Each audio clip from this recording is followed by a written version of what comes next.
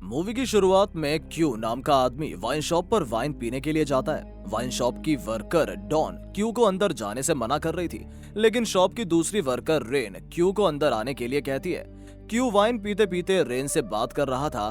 ठीक तभी शॉप के भीतर कुछ गैंगस्टर घुस जाते हैं और वो सभी मिलकर रेन के साथ गलत हरकतें करने की कोशिश करते हैं, लेकिन क्यू उन लोगों को रोकता है। ये लोग रेन को डरा धमकाकर वाइन देने के लिए कहते हैं। क्यू उन दोनों को पुलिस की मदद लेने के लिए कहता है, लेकिन रेन उसे मना कर देती है। ये कहकर क्यू कुछ देर के लिए शॉप से बाहर जाता है और फिर ये दोनों लड़कियां अपने गेटअप बदलकर गैंगस्टर को शूट करके मारने लगती हैं। ये सीन देखकर हम ये समझ पाते हैं कि ये दोनों लड़कियां कोई वाइन शॉप में काम करने वाली वर्कर नहीं है, बल्कि ये दोनों असैसिन हैं। अब सीन शिफ्ट हो जाता है। टेंजिन फार्मास्यूटिकल कंपनी के प्रेसिडेंट साकाई स्पीच देते हुए अपने खास लॉयर क्यू की तारीफ करने लगते हैं।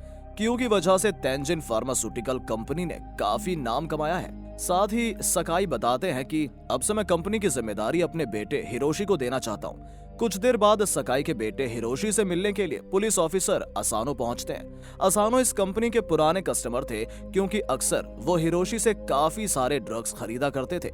साथ ही वो दोनों मिलकर किसी तरह से क्यू को फंसाना चाहते थे, क्योंकि दू कुई एक सच्चा लॉयर था।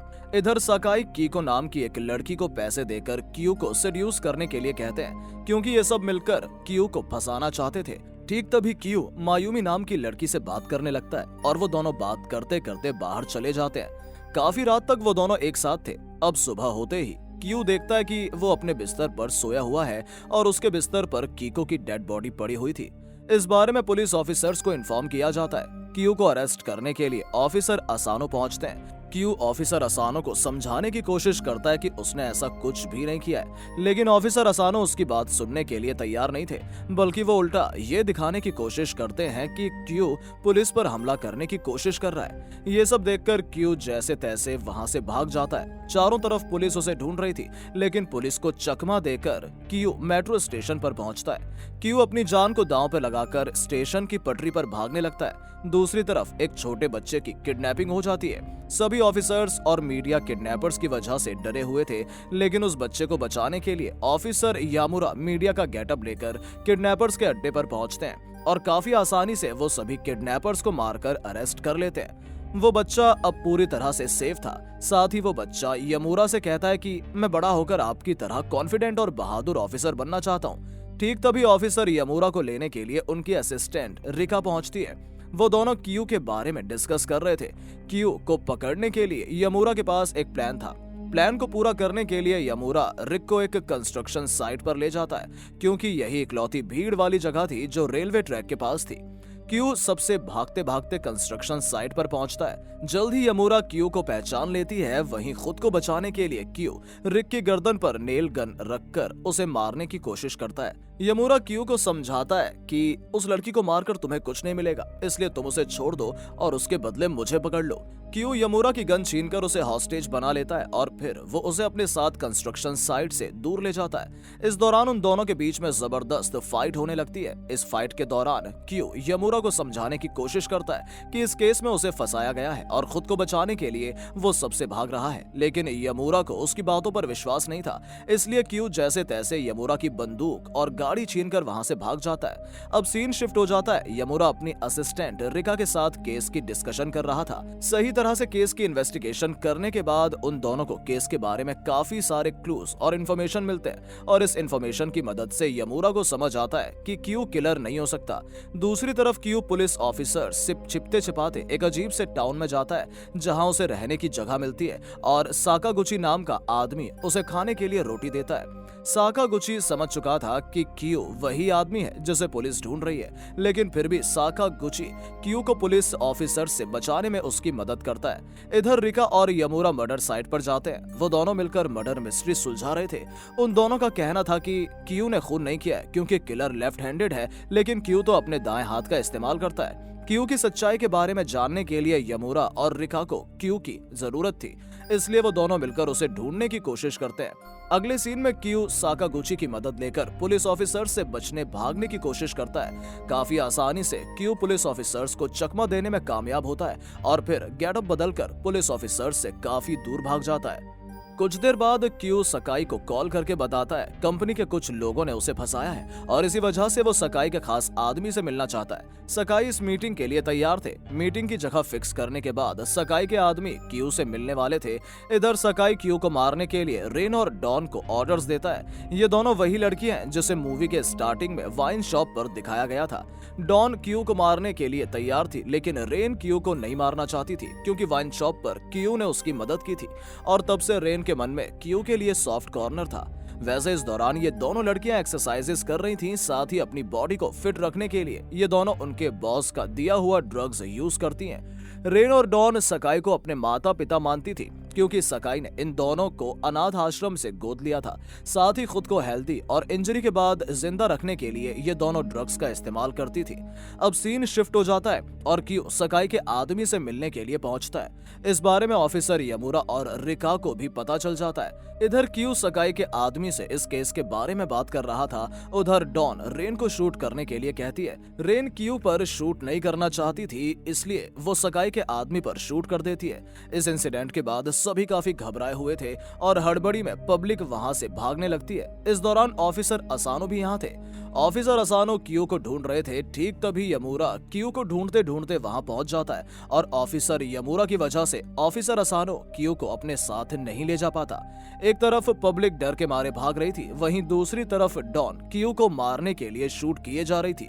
जैसे तैसे क्यू वहां से बचकर भाग रहा होता है, लेकिन यमुरा को अपने सामने देखकर वो क्यू जेट स्काई को लेकर भागने लगता है। यमुरा भी जेट स्की लेकर उसके पीछे पीछे भागती है।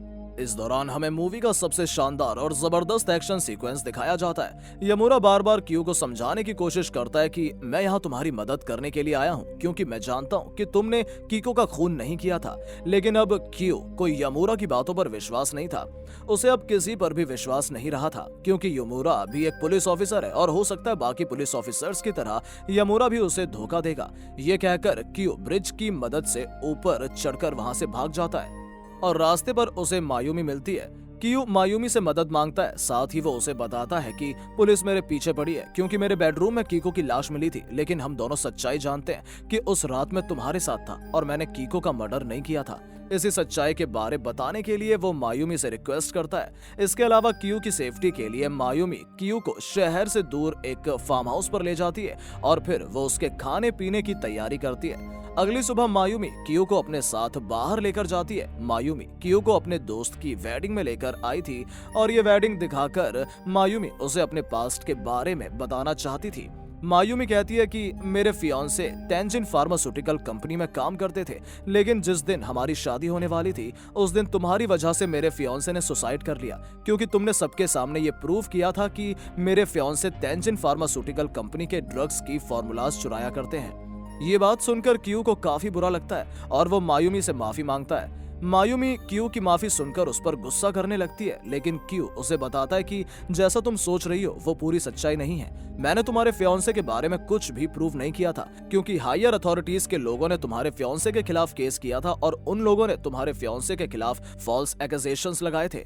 ठीक तभी क्यू को मारने के लिए डॉन अपने आदमियों को लेकर वहां पहुंचती है। साथ ही क्यू का पता लगाकर ऑफिसर यमुरा और रिका भी वहां पहुंचते हैं। डॉन क्यू को मारने की कोशिश करती है, लेकिन क्यू और यमुरा मिलकर डॉन को और उन आदमियों को इंजर्ड कर देते हैं। क्यू फिर से सबको चकमा देकर वहां से भागने लगता है और फिर यमुरा क्यू का पीछा करने लगता है। क्यू मायूमी को लेकर जंगल के बीच से जा रहा था, लेकिन यमुरा और डॉन की वजह से क्यू काफी बुरी तरह से फंस चुका था। मौके का फायदा उठाकर यमुरा क्यू के हाथों में हथकड़ी बांधकर उसे भागने के लिए कहता है। यमुरा क्यू को विश्वास दिलाने की कोशिश करता है कि वो उसे इनोसेंट प्रूव करना चाहता है। वहीं डॉन से बचने के लिए ये तीनों भागने लगते हैं क्योंकि अब तक डॉन ने रेन की मदद से बैकअप बुला लिया था।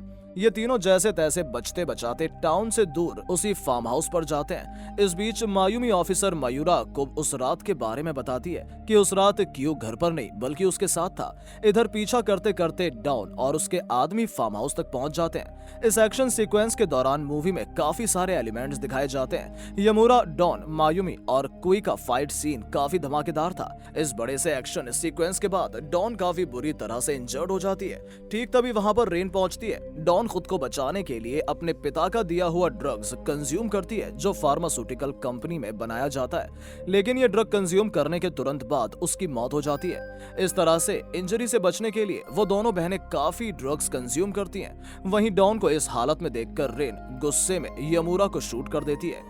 ठीक तभी रिका बैकअप फोर्स लेकर फार्म हाउस पर पहुंचती है और फिर यमूरा को हॉस्पिटल ले जाया जाता है। अब तक क्यू को यमूरा विश्वास हो चुका था, इसलिए वो यमूरा के साथ हॉस्पिटल में जाता है। क्यू की सेफ्टी के लिए उसे हॉस्पिटल में भेज दिया जाता है। कुछ देर बाद हॉस्पिटल में क्यू को ढूंढते हुए ऑफिसर असानो पहुंचता है। असानो ने ड्रग लिया हुआ था, इस वजह से वो रिका से काफी बुरी तरह से बात करने लगता है। अगले सीन में ऑफिसर असानो सकाई से मिलता है और वो उसे ब्लैकमेल करने लगता है। ऑफिसर असानो जानता था कि कीको का मर्डर क्यू ने नहीं बल्कि सकाई के बेटे हिरोशी ने किया है, लेकिन असानो के ब्लैकमेलिंग की वजह से प्रेसिडेंट सकाई रेन के हाथों ऑफिसर असानो को मरवा देता है। दूसरी तरफ मायूमी को अपने फियांसे के कुछ लेटर्स मिलते हैं। इन लेटर्स में काफी सारे ड्रग्स और उसके फॉर्मूलाज के बारे में लिखा हुआ था।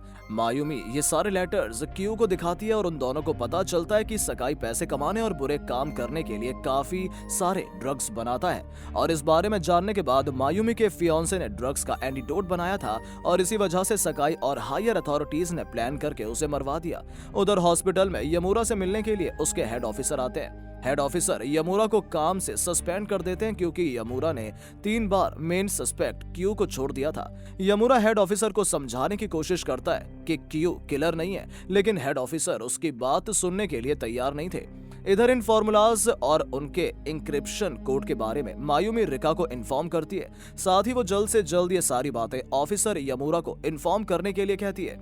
इस दौरान रेन मायूमी को किडनैप करने के लिए फार्म हाउस पर पहुंचती है। सकाई के कहने पर रेन यहाँ आई थी। सकाई शुरुआत से ही डॉन और रेन का ब्रेन वॉश किया करता था, साथ ही वो इन दोनों को काफी पावरफुल ड्रग्स कंज्यूम करने के लिए मजबूर करता था। इसके अलावा सकाई की वजह रेन को ऐसा लगता था कि डॉन की मौत यमूरा और मायूमी की वजह से हुई है।